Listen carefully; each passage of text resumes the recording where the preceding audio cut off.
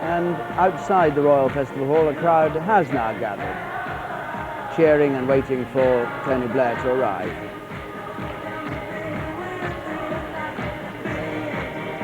Well, that's a bit sparklier than the scenes we saw before.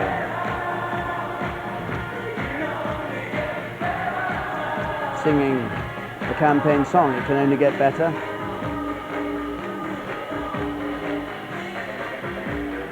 And as we come up to 5 o'clock in the morning and dawn just breaking over London, the sky turning blue, this crowd waiting for Tony Blair and Cherie Blair to arrive here. Trevor Nunn there, the theatrical director of the National Theatre.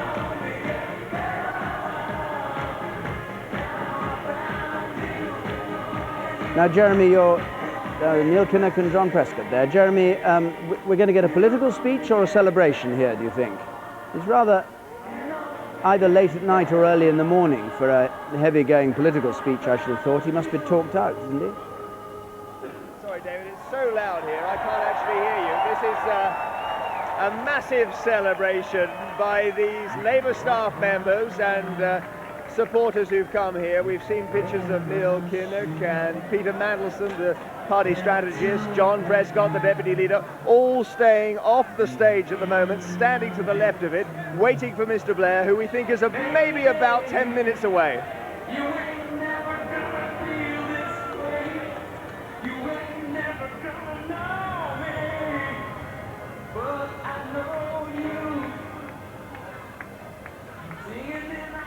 Well, we'll go back to the Festival Hall when Mr. Blair arrives, and we'll hear his speech and see all those members of the shadow cabinet, soon to be the cabinet, who've arrived down there, and listen to what he has to say.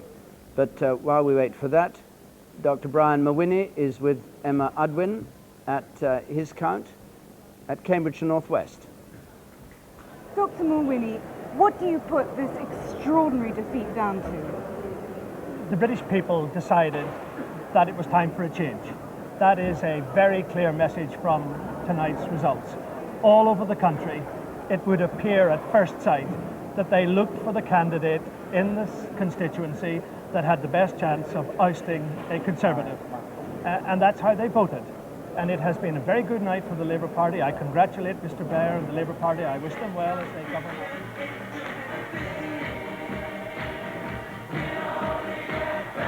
Well, you almost expect Neil Kinnock to say, "We're all right."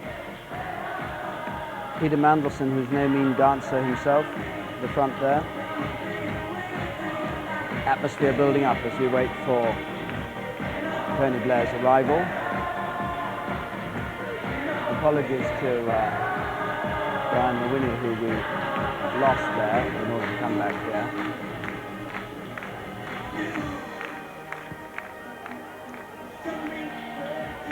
We'll go back to Brian Mawhinney in just a moment, but there are three of the most senior figures in the Labour Party: Neil Kinnock on the left, and John Prescott, the Deputy Leader, soon probably to be Deputy Prime Minister, and Peter Mandelson, the MP for Hartlepool, no post at the moment, the man who reinvented the Labour Party. And behind Peter Mandelson, Pauline Prescott, John Prescott's wife, Robin Cook. Between Kinnock and Prescott there.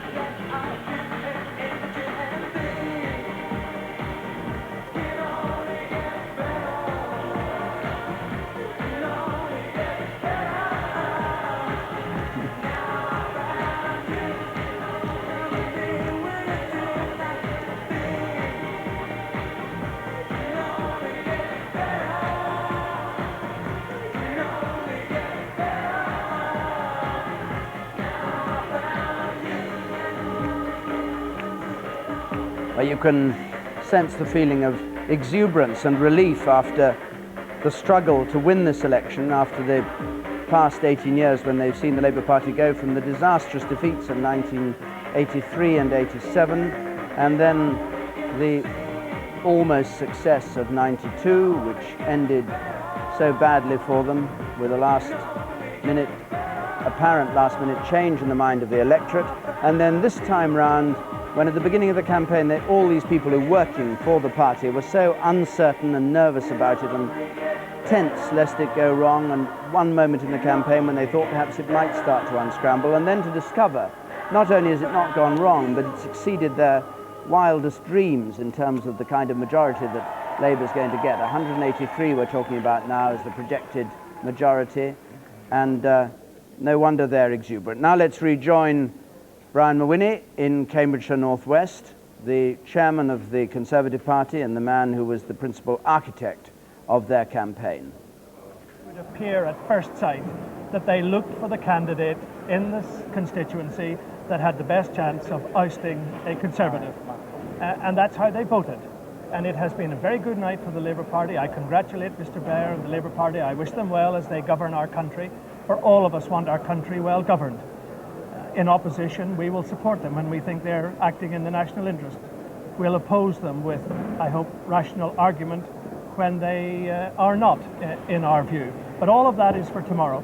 It's very clear that the British people decided that after 18 years, and irrespective of the fact that we've got the best economy, probably for 2 generations, that it was time for a change of government. And one of the strengths of our democracy is that you accept victory and defeat. I hope both with good grace.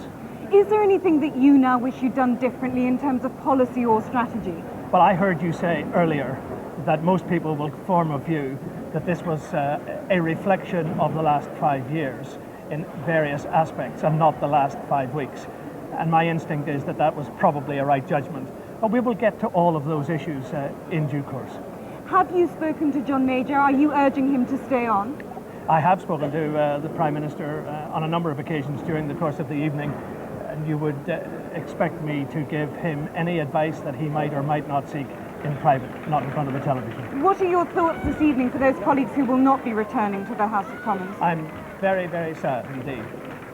They have been good representatives of their constituents, some of them over many years. A number of them have served this nation illustriously. Well, down at Tory party headquarters, Michael Portillo, the Defence Secretary, has turned up having lost his seat. William Hague, Welsh Secretary, one of the people who might well challenge for the leadership and who would have been a rival of Michael Portillo, and there's very prolonged applause for Mr. Portillo, who behaved very graciously at Enfield Southgate, and maybe is going to speak. Thank you very much. Got consent. We're waiting for the Prime Minister. Rather brief speech. And apparently, according to William Hague at any rate, they're waiting for the Prime Minister to come. I don't know whether we're expecting him to come tonight. We think they're both, John Major and Tony Blair, are going What a night, huh? to their headquarters, or rather Tony Blair going to the Festival Hall. So Tony King, what do you think as you watch these scenes? And we've talked at the very beginning of this programme, probably the last, well certainly now the last general election of this century, and it goes out on this note. How do you place this election in the sort of post-war years? Well, it is certainly the most remarkable landslide, though as I said right at the beginning of the program, I think landslide isn't quite strong enough a word that we've had since the war. How we're going to place this election is going to depend very much on the next few years, because we know very little about how a Labour government is actually going to operate, and we tend to judge elections retrospectively. One thing we can say, by the way, is that turnout is almost certainly going to be the lowest since the war. Brian Mawhinney repeated the point about time for a change. I really think that the Conservatives ought not to comfort themselves in quite that way. Maybe it was time for a change 5 years ago.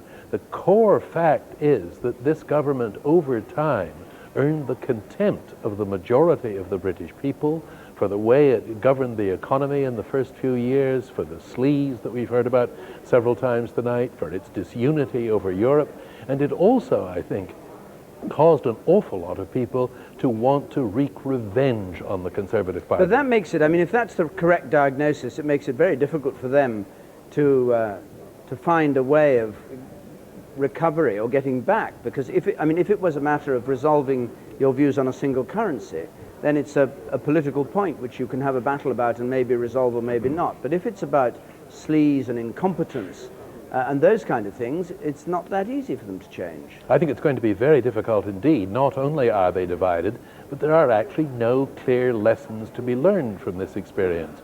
Except to sit around and wait for Labour to make a mistake. It's almost as bad as that. The one point that I think one ought to add is that the Eurosceptics have been insisting all along that if only the government had adopted a firm, clear Eurosceptical line, the Conservatives would have done better. Well, an awful lot of individual Conservative candidates adopted exactly that line and said in their election addresses that they would oppose a single currency and so on.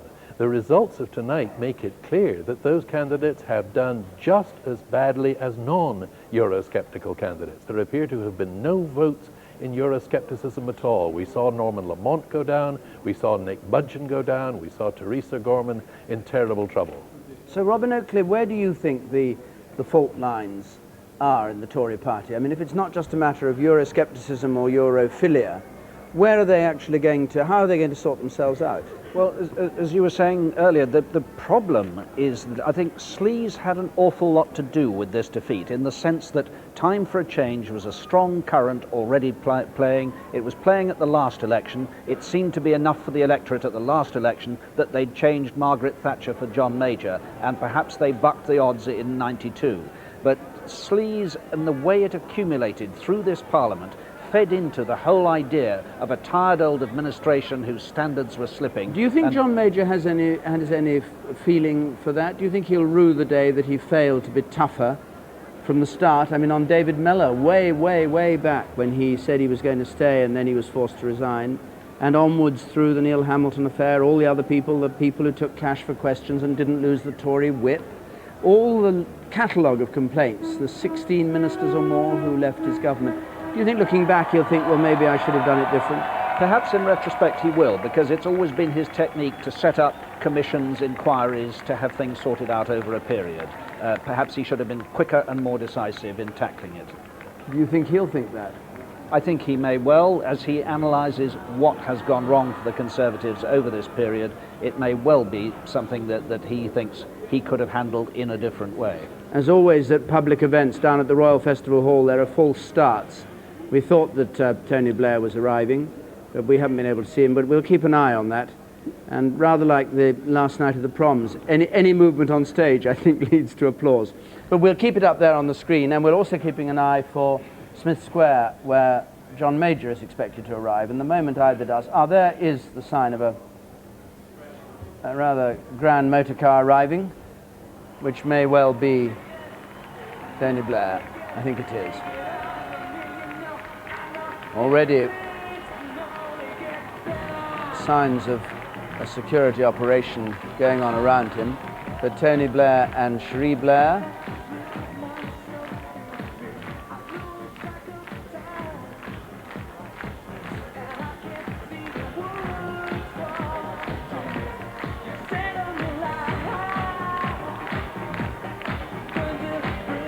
Tom Sawyer just behind there with Alistair Campbell, slapping each other on the back, the General Secretary of the Labour Party, and he goes down through the line of his supporters.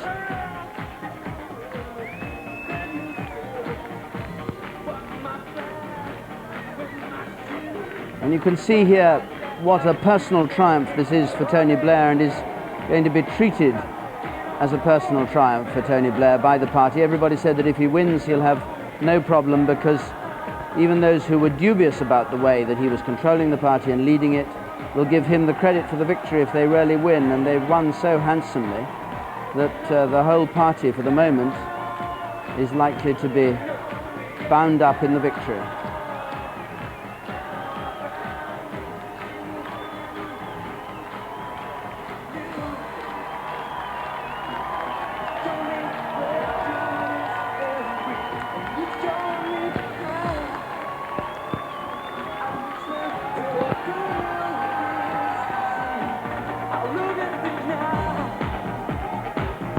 Neil Kinnock congratulating him, Mrs. Prescott congratulating him, John Prescott there, his deputy leader.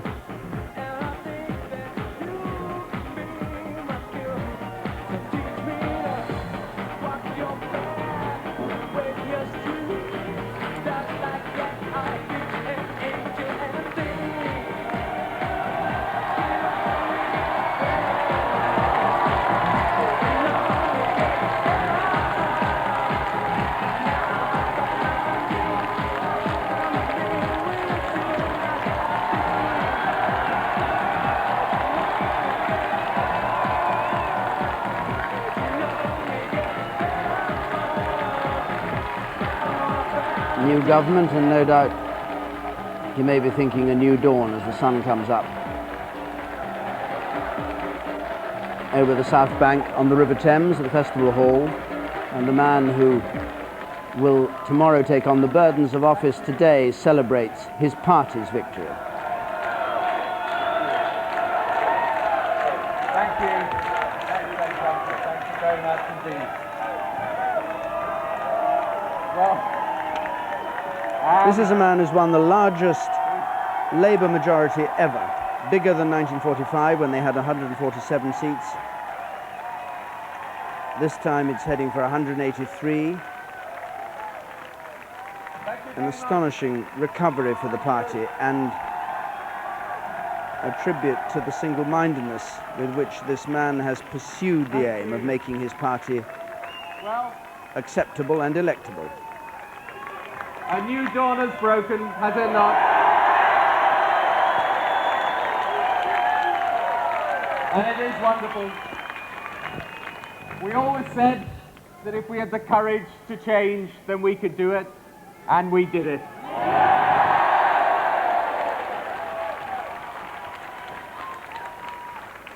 And let me say this to you. The British people have put their trust in us. It is a moving and it is a humbling experience. And the size of our likely majority now imposes a special sort of responsibility upon us. We have been elected as New Labour, and we will govern as New Labour.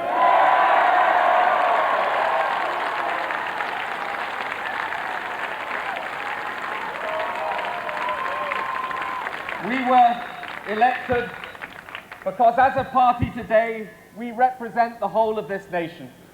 And we will govern for the whole of this nation, every single part of it.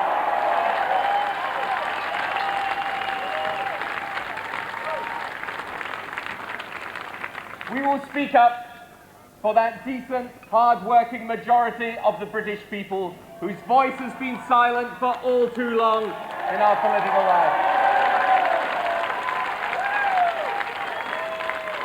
And we'll set about doing the good, practical things that need to be done in this country.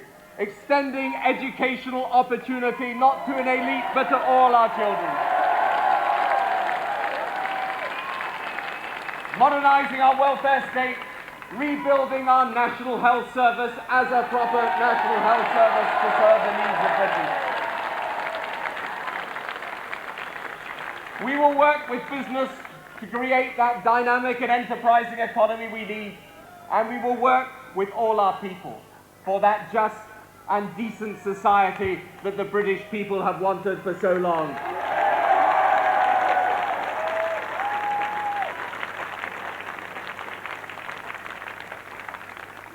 This vote tonight has been a vote for the future, for a new era of politics in Britain, so that we can put behind us the battles of this past century and address the challenges of the new century. It will be a Britain renewed, where through education and technology and enterprise, we equip our country for the future in a different and new economic world, and where we build a nation united, with common purpose, shared values, with no one shut out, no one excluded, no one told that they do not matter.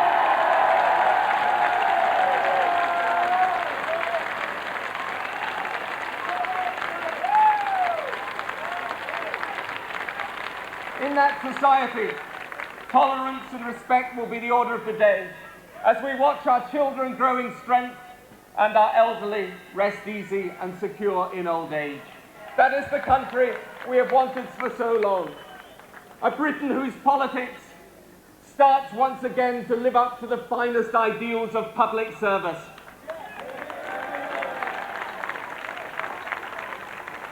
And a Britain that stands tall in the world, whose sense of its future is as certain and confident as its sense of its own history. Today, on the eve of this new millennium, the British people have ushered in this new era of politics. And the great thing about it is that we have won support in this election from all walks of life, from all classes of people, from every single corner of our country.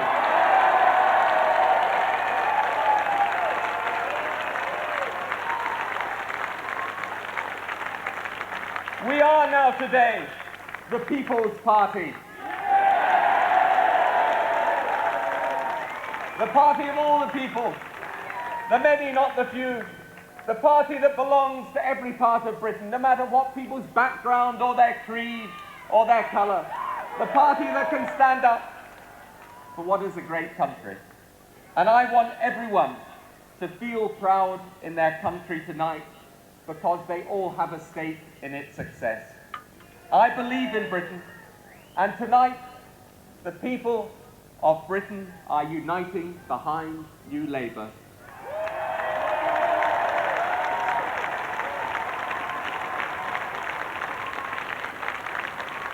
They are uniting around basic British values, uniting to put the divisions of the past behind us, uniting to face the challenges of the future, uniting at long last as one nation.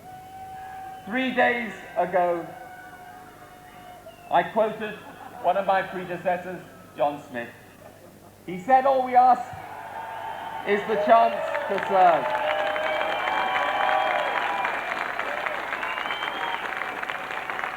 Tonight, the British people have given us the chance to serve, and serve we will, with all our heart and all our mind.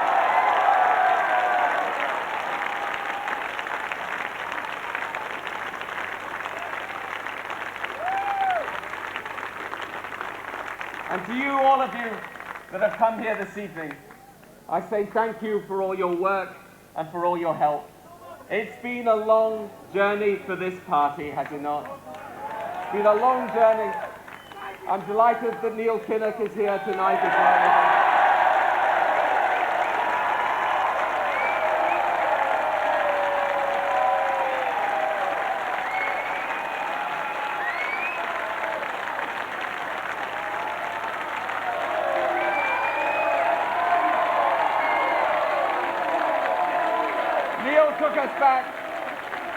Neil took us back from the brink of extinction and helped make this party what it is today.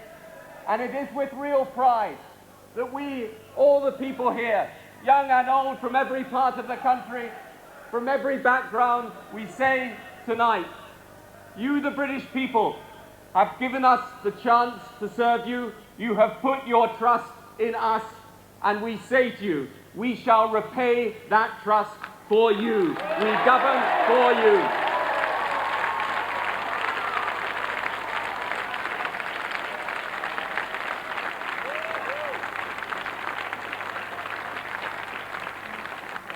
Finally, all these years, we have been people saying but never given the chance to do.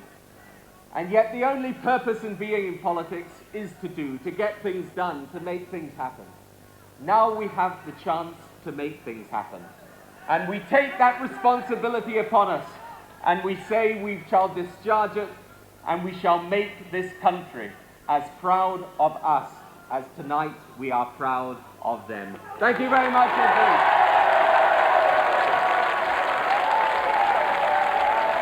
Tony Blair outside the festival hall on the South Bank, making a speech which he's made many times on the stump, slightly revamped for this victory moment. Not an emotional speech thanking all the party workers and supporters who've gathered there, but more a restatement of policy and intention with this huge majority. Sherry, his wife, Sherry Booth, the lawyer beside him, and an enthusiastic welcome from Labour Party workers and supporters who've come here in the early hours of the morning as the dawn breaks.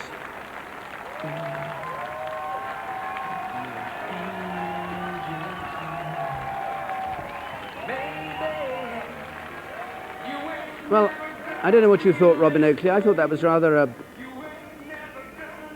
slightly stilted way of dealing with a victory party. It's not at all what you'd expect, a sort of restatement of all the policy lines. Well, I think Mr. Blair was very conscious that he was speaking to the nation outside as well as to his own 5:30 in the party morning? workers. Come well, on, pull the other one. Assuming that they're all still watching us here, David, I'm sure he was conscious of that. But it's been, the whole Labour campaign has been one of careful reassurance. Remember that image that Roy Jenkins produced at the beginning of the campaign?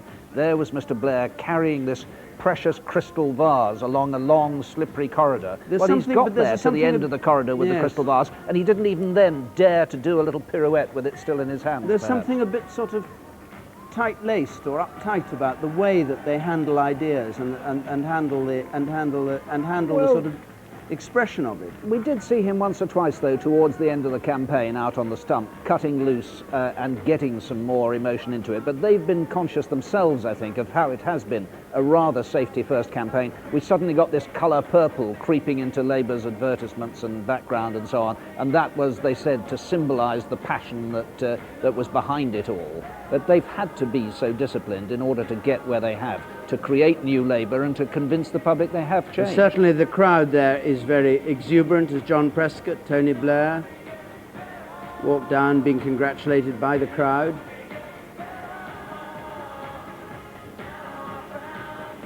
It's not until tomorrow morning, round about midday, that he goes to the palace to, in the formal expression, kiss hands with the Queen and take over as Prime Minister. Tony King. I think one of the reasons that... Just a second, we have the arrival of John Major down at Smith Square.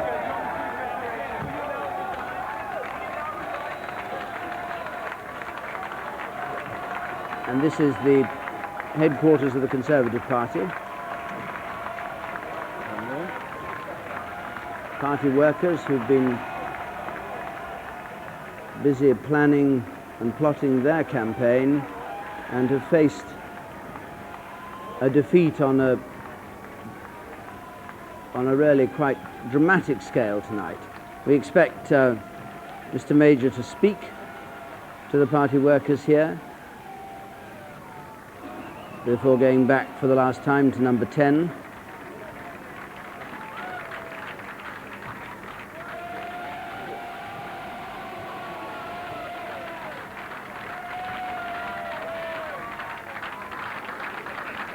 Meets Michael Portillo, who's been defeated tonight.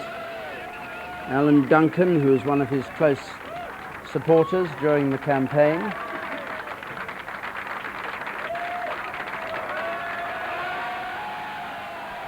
Sympathy for Mr. Major, who's always been rather admired by the people who come in contact with him in the party. Now we expect him to speak.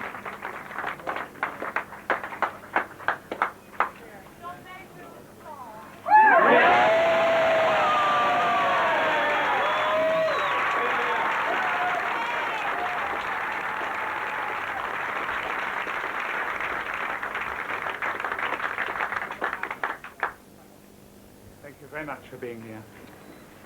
Thank you, above all, for all you've done in the last few weeks and the last few months. I know how hard so many of you have worked. I know how much you have sacrificed, given up, hoped, dreamed for a different result and a different outcome tonight.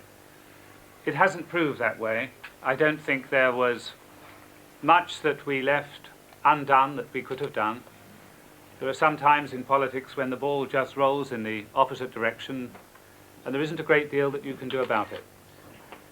I don't think it is in our best interests to spend our time in the immediate future doing anything other than preparing for what lies ahead, not just in the short term, but in the medium term.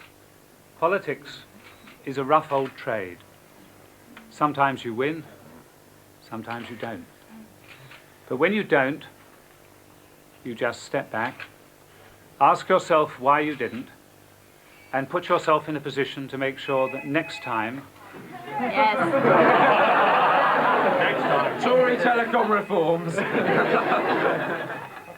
That next time you get it right, and you do win. I've been in the Conservative Party for as long as I can remember. I guess many of the people in this room joined the Conservative Party as soon as they could as well. And we joined it for the same reasons.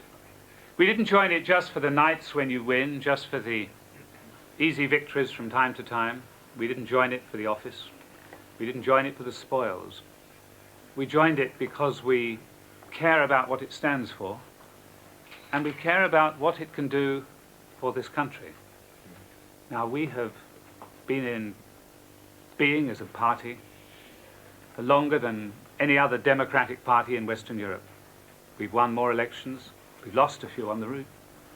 But we've won more elections, and we have perhaps served in government longer, more often, and better in the interests of our country than any other democratic.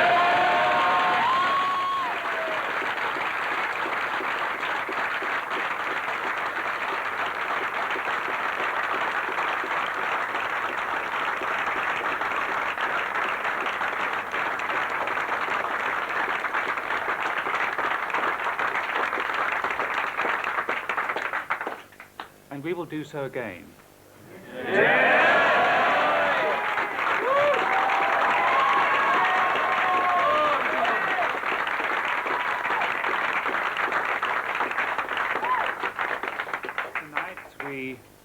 Tonight we have suffered a very bad defeat. Let us not pretend to ourselves it was anything other than what it was. Unless we accept it for what it was and look at it, we will be less able to put it right.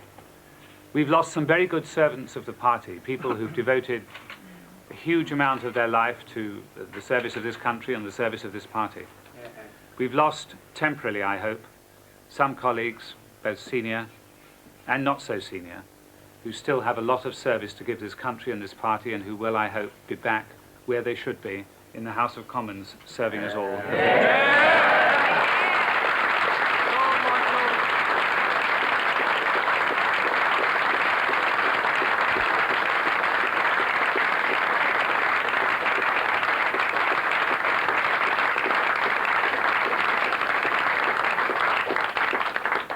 And they lost, from what I saw of it, with a dignity that made me as proud of this party as I have been aware.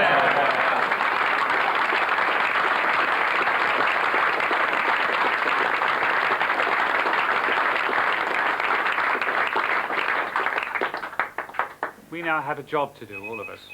It's those reforms again, John, it's those reforms again. They tell me the technological age is a good thing. Forgive me if from time to time I just have a small leave to doubt whether that is absolutely entirely true. We'll have to regroup. We'll have to sit back. I hope everybody will go away, have a rest. You've earned it. Not for too long. And then we'll begin to work again. There's a job to do in opposition. To be in opposition in Parliament is a pretty honourable way of life. To make sure that the government of the day is kept under close scrutiny. We'll deal fairly. If they do what we think is right for our country, we'll support them. If they do what we think is wrong for our country, then we'll oppose them as vigorously as we can with every member we have and every party worker we have up and down the country. So I know tonight is not a light night for cheers and champagne for us. It's a night perhaps to look back, I hope with some pride, at the changes that we have made to our country in the last 18 years.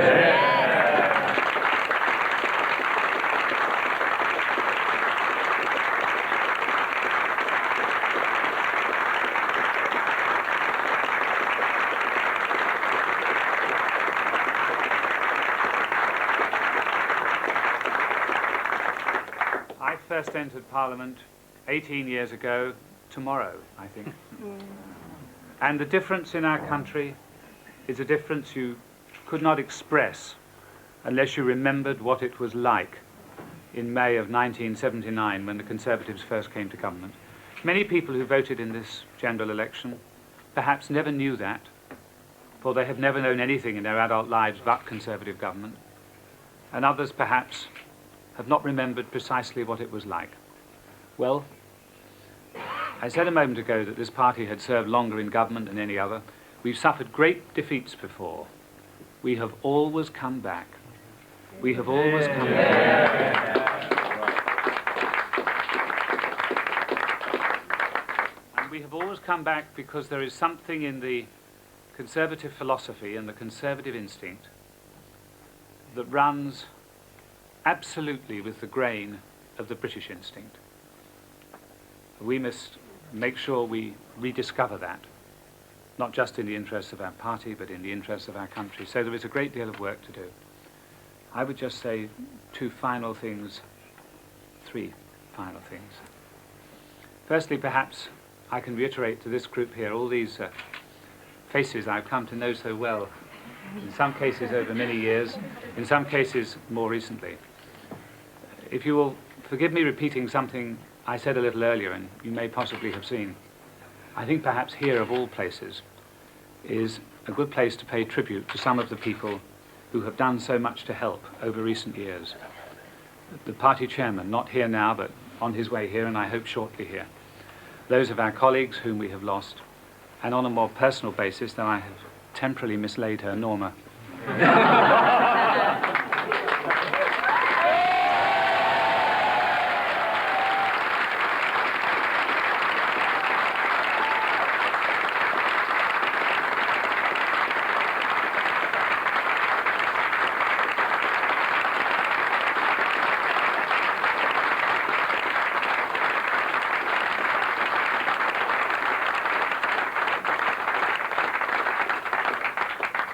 So, right, okay, we lost. So we... Go on, John. So go away for the weekend, relax, fire yourself up again, and then come back. Because when you come back, at the beginning of next week, we've got a job, and we better start doing it then. Thank you very much. The Prime Minister at Smith Square, absolutely no sign of, or no indication rather, that he's thinking of stepping down, talking about getting on with a job of recovery as he goes up the stairs there where Mrs. Thatcher stood and said they were going to win the cities after the election in '87. So John Major making a speech thanking them all, saying quite frankly they'd lost, but as I say, no indication that he's thinking of standing down. We don't know what he'll do. Now, Peter, let's have a look at how this victory has been won by Labour, where it was won, how it was won, and the scale of it. The job John Major has to do to win back the country is really quite dramatic, and it's even more frightening for the Tories when you look at details like this, for example. Mr. Blair's great pitch was to win Middle England, and look what he's done. In working class seats, 9% the swing was there, whereas in the middle class seats, in Middle England seats, suburban seats, the seats where all these vital marginal areas were, a 12%, a massive 12% swing. That's twice the biggest swing we've had by any part of the nation since the war, a 12% swing in those middle class seats. Look also at the regional spread of the vote. Now this is the lead in 1992, Labour's lead in Scotland, the North and Wales, a huge Tory lead in that fortress in the South, Midlands and London. Labour's never won the general election without winning a majority of the vote in London. Now look what's happened this time. Look how the lead has, of course, jumped in Scotland, the North and Wales, but in the Midlands, critical, Middle England, 12% lead for Labour. In London, an 18% lead for Labour. There are going to be 11 Conservative MPs left in London, all the 74 MPs, only 1/7 of them will be Tories. In the South, that fortress of Conservatism, that huge area all the way around and down, Surrey, Sussex, right the way along, only a 9% Conservative lead left there. Now let's just look at how this landscape has changed so dramatically for the Conservatives. Here are half all the seats in Britain were Conservative in 1992, represented here by their majorities, huge great columns of blue, some of them very tall, some of them very small, like this one here, that represents a very tight seat in Brecon and Radnorshire, and that was one that was easy for the opposition to gain. But let's just shape these towers of blue regionally so that we can see them, where we've kept them at their proportions to show you what the majorities were. Here, for example, is Kensington and Chelsea, the safest seat of all in London. And now we'll have a look now at them region by region. We're going to go region by region now and just look at them. And we're going to start with Scotland over here. And here you see the effect of Labour's attack on Scotland. No MPs left for the Tories there at all. In the north, Nobody left in the marginal seats down the bottom, the Labour Party and the Liberal Democrats making a huge assault on the Highlands up there. Here we have the Midlands and Wales, and very few of the foothills left, one or two of them there, but the opposition attack reaching right up into the higher parts there, London, and the same thing in the south. David, back to you. Peter, let's go down to Falmouth and Camborne. Sebastian Coe there, the Olympic middle distance gold medal winner, and a mass of candidates that he attracted to this seat where his majority was 3,200 or so. There's Peter de Savary, standing for the referendum party, the millionaire or maybe billionaire, I don't know which.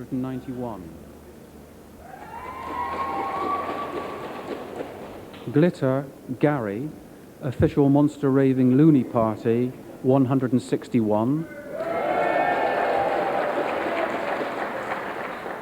Holmes, Paul Thomas, Liberal, 527. Jones, Terry Lynn, Liberal Democrat, 13,512.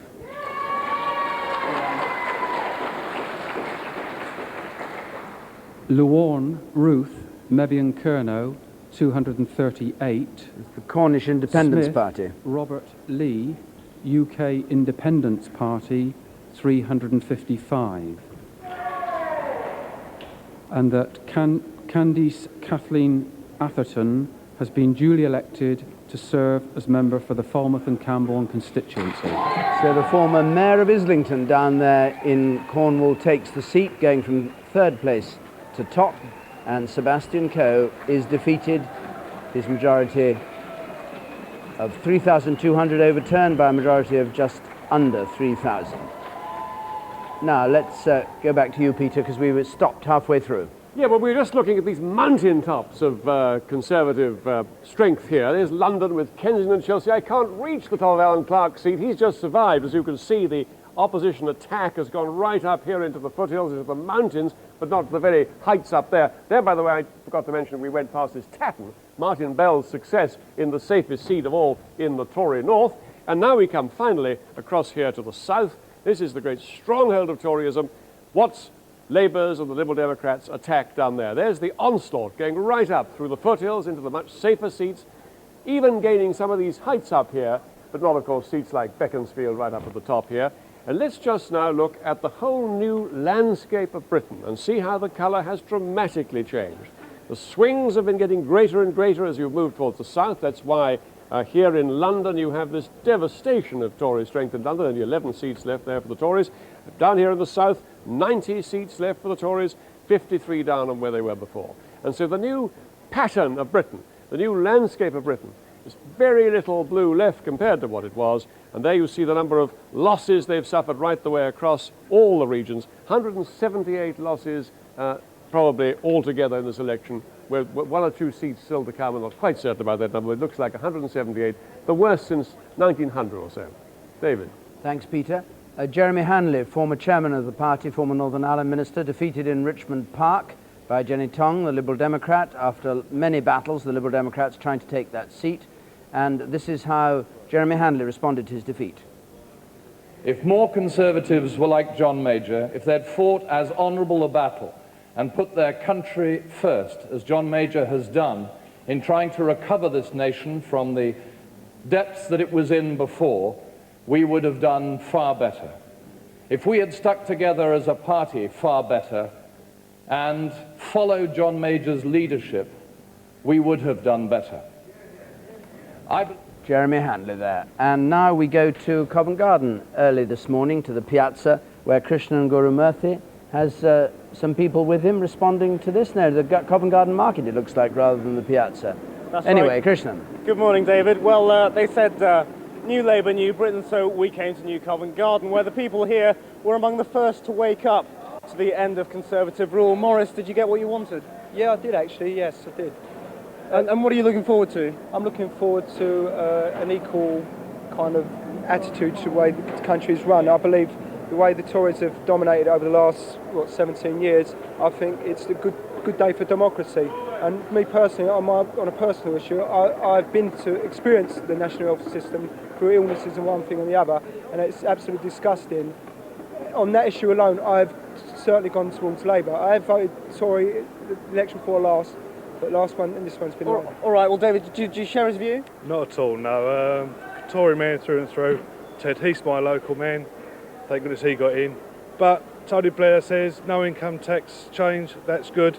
Don't change the VAT and look after the small businessman. Well, Tim, what about you? I go along with my brother there. I think that... What do you think is really going to change? What's really going to be good about Britain under a Labour government? Well, I think people going to be sort of better off with the education and with transport. I think they've put a lot of money into transport in the underground, British Rail.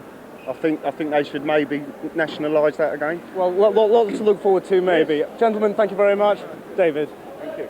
Thank you very much, Krishnan. Jeremy. David, well, I'm joined now by Stephen Dorrell, the Health Secretary. Stephen Dorrell, I don't know whether you heard the Prime Minister's speech at Central Office. He didn't sound like a man who wanted to go on, did he? He was a man, I think, who was setting out clearly the priority which the Conservative Party now faces. And that's a priority to ensure that whenever Prime Minister Blair looks into his mirror, he sees a credible, attractive, alternative government looking over his shoulder. It's the task of the opposition to call the government to account and to present an alternative way of dealing with the nation's problems. That's the challenge that the Conservative Party now faces. Under a new leader, presumably? Well, I think the leadership question is frankly a secondary question. Okay. What's a primary question is the importance of the Conservative Party re-establishing the coalition of interest on the centre-right of politics, where I believe the majority view in Britain still rests. Do you share the view of the Tory Reform Group that you were scuppered by the activities of the right wing? I don't believe that the language that the Tory Reform Group used is in any way helpful at this stage in the developments. What I think we need to do is to sit down in a quiet and calm way to look at the lessons that are to be drawn from this general election campaign and ensure that we build a party that is true to its traditions as the longest established democratic political party anywhere in Europe. But you're talking about sorting yourself out maybe late this year, early next, something like that? I'm talking about starting on Monday morning, as John Major made clear in his speech in Central Office. This is a task. The moment one election is over, whether you win it or lose it, a democratic political party ought to be then thinking about the way forward, its objectives, what it stands for, what it means to argue for, and how it means to deliver them. Mr. Dorrell, thank you very much. The time to start that is next week. Mr. Dorrell, thank you. Let's just catch up on what's been going on in Scotland and have a summary of the news from there with Jane Frankie. Jane. Thanks, David. Well, in effect, as Sir David Steele said earlier, the Scottish Liberal Democrats are the opposition party in Scotland tonight. They have 9 seats. The Scottish National Party have 6. Labour have 56. The Tories have lost all theirs. Even the jubilant Shadow Scottish Secretary George Robertson acknowledged that they couldn't believe it when they saw all the Tory seats and their high-profile incumbents fall as they did like nine pins. It means, presumably, that English MPs will make up the front bench on the opposition benches during Scottish questions on the Scottish Grand Committee. An extraordinary situation. The Scottish nationalists, while doubling their seat total, really didn't make any breakthrough into the Labour stronghold that they were trying to do, although their big scalp of the night, of course, was Ian Lang, the President of the Board of Trade. But our new Labour MPs do include some pioneers. Mohammed Sarwar, who won Glasgow Govan, will be the first Muslim MP in Parliament, and Anne Begg, who won Aberdeen South, will be the first wheelchair-bound Member of Parliament. There's one seat left to declare up here tonight. It's almost certain to stay with the Liberal Democrats, but the main story north of the border is that for the first time since 1832, Scotland has no Tory MPs. Thanks very much, Jane. Well, let's just have a final reminder this morning of how things stand. This is the state of the parties. We've still got 35 results to come in, but at the moment, with 624 declared, Labour is on 416, up 145, well over that 330 they needed to have a majority in the new House of Commons. The Conservatives way down on 157, minus 174. 174 net losses. The Liberal Democrats on 40 and the Nationalists on 3, others on 1. Based on those 624 results we've had in so far, a Labour majority of 179 is predicted, the biggest ever and the largest swing that Labour's had since 1945 in the tail end of the Second World War. The lowest Conservative number of seats now since 1906, and the party facing wipeout in Scotland and Wales. For the Liberal Democrats, they're heading for the highest number of seats for a third party since 1929. They've had a good night in terms of the seats they've had. And here are the highlights of the night and the declarations and the stories of success and defeat that we've heard.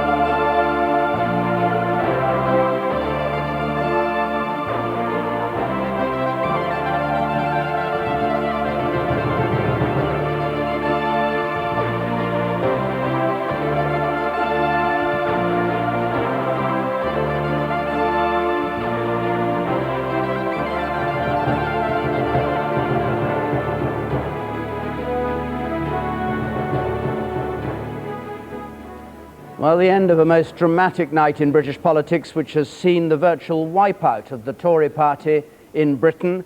Tony Blair going with a huge majority to the palace tomorrow to become Prime Minister. Join us at 9 o'clock tomorrow morning and we'll have all the news then. From all of us here, good night.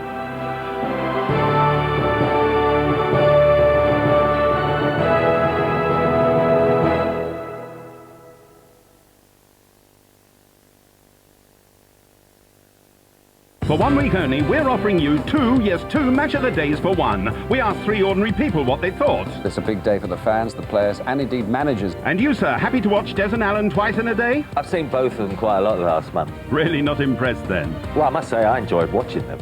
That's better. And what about new added Motson? His ability to pick up players was terrific today. So, thumbs up for two match of the days tomorrow only at the new improved times of 5:35 and 11:30. Offer available while shots last. Teams can go up as well as down. This is BBC One in the Southeast.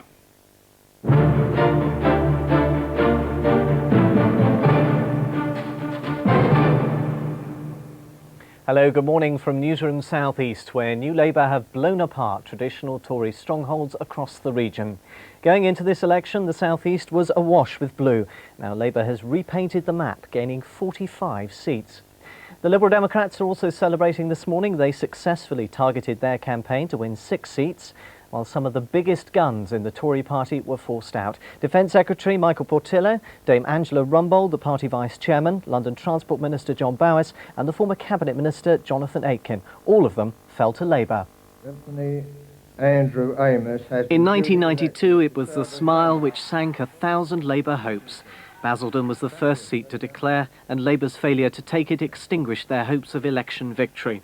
By the early hours of this morning, David Amos long departed for safer climes. His majority had vanished with him. Angela Smith, the local councillor, took the seat for Labour on a swing of nearly 15%.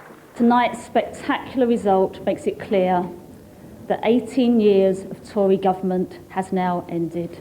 The first high-profile casualty of the night, the Transport Minister for London, John Bowis, on his bike after losing Battersea on a 10% swing.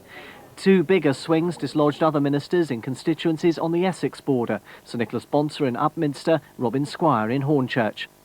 Most defeated Conservatives were tight-lipped, but the outgoing MP for Welwyn Hatfield was his usual blunt self in apportioning the blame. I think the government broken promises, VAT on fuel, ERM fiasco, couldn't get their act together on Europe. Up the road, Tory gloom deepened as Labour leapt from third place to first in St Albans, a seat they haven't held since 1951. Evidence that the split in anti-Tory votes, which saved some Conservatives at the last election, no longer applies.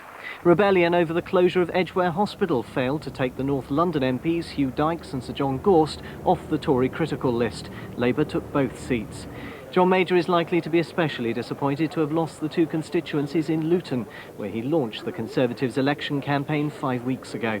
As Mr Major put away his soapbox, others, like the new MP for Stevenage, Barbara Follett, were struggling to come to terms with victory and to maintain their reputation as champagne socialists. Well, Kent has always been the bastion of conservatism, at least for the last 20 years, but even in this bluest of counties, Labour have made inroads, winning 8 seats. With record swings, they've gained Dover, South Thanet, Sittingbourne and Sheppey, Gillingham, Chatham and Aylesford, Medway, Gravesham and Dartford. Well, our reporter Kate Stevens is at the count in Dover, where David Shaw was defeated on an 11% swing. Kate, it seems incredible that actually 11%, I understand, wasn't the highest in the county. No, it wasn't. I mean, many of the swings were around 15%, including the seat of Thanet South, the former Cabinet Minister Jonathan Aitken. But Gillingham actually topped the scale, and that was at around 16% swing. In Dover, Labour not only won the seat, but they won a massive majority of 12,000. That's the biggest majority in Dover for 40 years. So from a county that's only had Conservative MPs, Kent now has half Tory, half Labour. How are people in Kent accounting for this apparent decision by voters there to turn their back on the Tories in such numbers? Well, there's a complete mixture of feeling. I mean, tactical voting, there's no indication of that.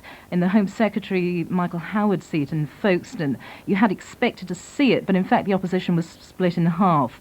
Many of the Labour wins, though, they've happened in constituencies where unemployment levels have risen above the national average in the last few years. I mean, for instance, in Dover alone, it's estimated 10,000 jobs in agriculture, engineering, the ferries have been lost since the last election. Kate Stevens, we'll leave it there. Thank you. Let's take a closer look now at the Liberal Democrats' calls for celebrations this morning after they forced out 6 Tories in the South East. The biggest upset in Twickenham, where they defeated Toby Jessel, who's held the seat for 27 years, a swing there of around 5%. Neighbouring constituencies of Kingston and Richmond also fell, and in Sutton they won against Lady Olga Maitland. Outside London, they gained their target seat of Oxford, West and Abingdon, another Tory stronghold they've been after for some years. So where does all this leave the Tories? Well, our political editor Don Brind has been picking out the pieces of their now fragmented presence here in the South East. Michael Heseltine played a central role in the election campaign and will play a key part in the rebuilding of the Tory party if he wants to. The last days of the campaign saw speculation that the Henley MP might be planning a new career in business.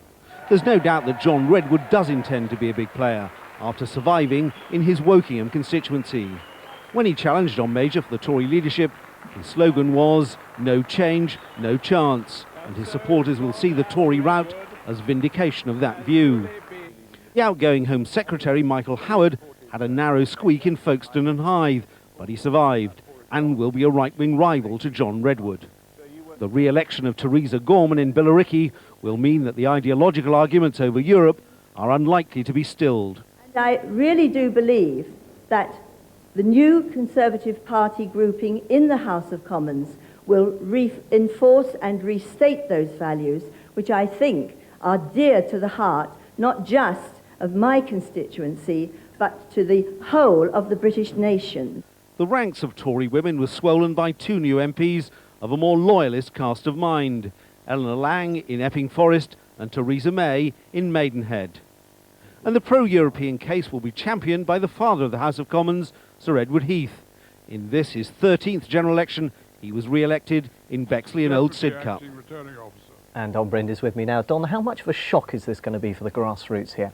A terrific shock, but one ought to say perhaps maybe it shouldn't have been. I mean, they discount the opinion polls, of course, which have been giving them some pretty bad news all through this campaign because of what happened in 1992. But if you recall, just about this time every year for the past 4 years, the Tories have been taking a terrible drubbing in the European and local elections on a scale somewhat like this.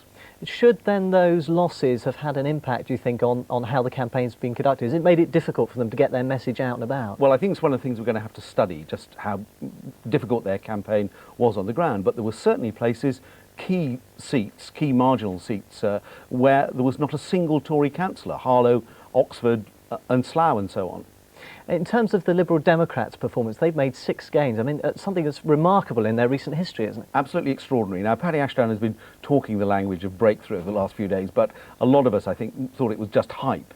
But he's been proved right, and they've now translated their local government successes into parliamentary representation, and they've got a really important bridgehead in the southwest of the patch. Don Bryn, we'll leave it there for now. Thanks very much.